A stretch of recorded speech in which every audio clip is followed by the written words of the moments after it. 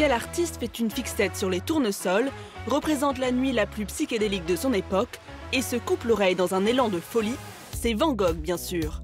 L'addict à l'absinthe le plus talentueux du 19e siècle et sans conteste ce que l'on pourrait appeler aujourd'hui un influenceur. De nombreuses générations jusqu'aux néo-fauves des années 80 se sont vraiment réclamées de son influence et de son héritage. Mais chez David Hockney, on sent que cette influence est vraiment presque littérale parfois. David Hockney et Van Gogh sont deux amoureux de la lumière et de la nature. L'un grandit à Yorkshire, l'autre en Hollande, deux pays froids à la tradition picturale peu chaleureuse. Parce qu'ils trouvent chacun leur destination finalement de lumière. Pour Van Gogh, ça a été le sud de la France, ce qu'il appelait le grand atelier du Midi, qui évidemment était une révélation et une explosion de couleurs dans les bleus, notamment la nuit étoilée, mais aussi les jaunes comme les tournesols, les iris dans les violets, les verts aussi des arbres qui sont vraiment très très forts. Alors que chez Hockney, ça a été la Californie, quand il s'est installé à Los Angeles, ça a été l'explosion de la couleur, de la lumière.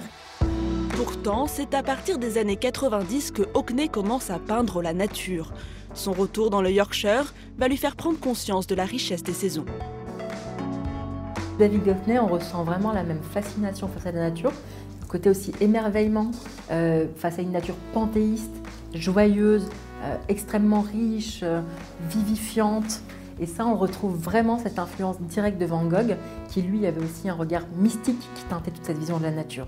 On retrouve cette fascination dans les représentations des troncs d'arbres de Waldgate Woods ou encore dans Arrival of Spring in Waldgate. Parfois, on retrouve carrément des motifs pratiquement copiés-collés par Hockney. Les moissons, là, il y a vraiment The Harvest, c'est exactement le même cadrage, exactement les mêmes couleurs, les mêmes thèmes que Van Gogh. On trouve aussi des champs d'iris, qui est vraiment un des motifs de prédilection de Van Gogh. Et puis surtout ce tronc qui est omniprésent dans ces forêts, qui sont traités un peu comme des personnages, ces arbres qui sont uniquement des grandes lignes, plus ou moins tortueuses, plus ou moins noueuses, mais on ressent ce même intérêt dans le travail un petit peu portrait de l'arbre.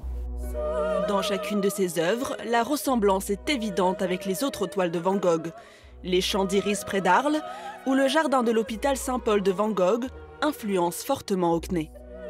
Parfois, la représentation, c'est un chemin qui vont être un peu tortueux et qui vont dessiner un paysage. Ça, c'est vraiment presque un motif importé littéralement de Van Gogh. Mais on trouve aussi cette touche très ondoyante, très en virgule dans la façon de peindre les champs et qui donne vraiment un mouvement aux champs de blé. Les paysages de Van Gogh sont uniques. Le buveur d'absinthe a sa méthode, sa technique bien à lui, et elle inspire ses successeurs. Il ne veut pas la trois-dimensionnalité, il ne veut pas une perspective vers un point. Et c'est la même chose avec David Hockney, qui dit toujours perspective is tunnel vision. Il ne veut pas la perspective qui est mise à un point, il veut une scène panoramique. Et c'est ça aussi les œuvres monumentales.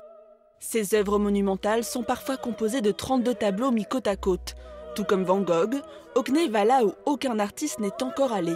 Encore un point en commun avec le maître hollandais, une créativité sans limite. Hockney s'inscrit dans une certaine filiation parce que lui, c'est un grand expérimentateur. Bien sûr, il peint. Ça reste sa grande passion, la peinture, qui est vraiment un fil rouge qu'on retrouve dans toute sa carrière. Mais c'est aussi quelqu'un qui travaille sur tablette. On se rappelle qu'il a même exposé des iPads dans un musée. Il travaille aussi la vidéo, la photographie, avec des cadrages et des techniques assez inventives.